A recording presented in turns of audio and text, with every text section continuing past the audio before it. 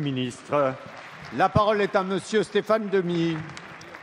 Merci Président. Monsieur le Premier ministre, l'industrie de notre pays a perdu plus de 41 000 emplois en 2015. Et l'année s'est achevée sur une nouvelle annonce de suppression d'emplois dans l'entreprise Pentair à Ham, dans la Somme. Je veux ici vous en exposer la situation sous forme de charade, que j'intitulerai la charade de l'inacceptable et de la provocation.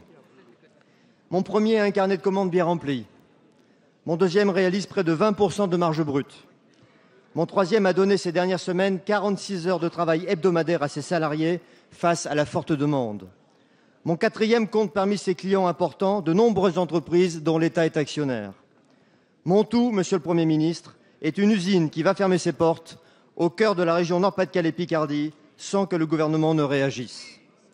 L'ironie de cette charade peut sembler choquante, mais elle n'est pas à la hauteur du cynisme dont ont fait preuve les dirigeants de ce groupe américain qui, la veille du 25 décembre, vous entendez bien, la veille du 25 décembre, ont annoncé la stupéfaction générale en guise de cadeau de Noël aux 133 salariés de l'usine, leur licenciement pur et simple. Avec le président de région, Xavier Bertrand, nous avons rencontré le comité de direction de ce groupe vendredi dernier. Nous avons expliqué notre totale incompréhension et le désarroi des salariés face à l'annonce de cette fermeture injustifiée du site de Ham et des réductions d'effectifs à Armentières et à Saint-Ouen-l'Aumône. Le 18 janvier prochain, lors de la réunion du comité central d'entreprise, la direction confirmera probablement cette fermeture. Le jour même, autre ironie de l'histoire, où le président de la République présentera son plan d'urgence pour l'emploi. Mais pour Ham, il sera trop tard. Monsieur le Premier ministre, l'État client a son mot à dire et ne pas réagir, c'est cautionner cette fermeture. Je vous en conjure, prenez l'initiative d'une rencontre en urgence avec les plus hauts responsables de ce groupe industriel, car une fois de plus, le 18, il sera trop tard.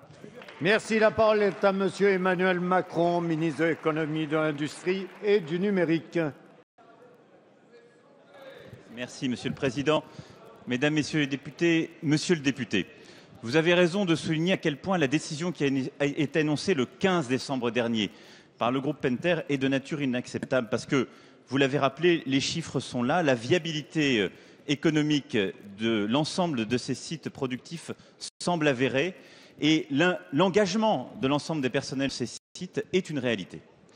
Alors, face à cette annonce, qu'allons-nous faire? Trois choses. La première, nous avons d'ores et déjà, avec le commissaire au redressement productif et l'ensemble des services de Bercy, procédé à une analyse en détail de la viabilité économique et industrielle de ces trois sites. Les 132 salariés du site d'Ham, qui est menacé de fermeture, le site d'Armentières et de Saint-Ouen-l'Aumône, qui, comme vous l'avez rappelé, sont menacés de suppression d'emplois.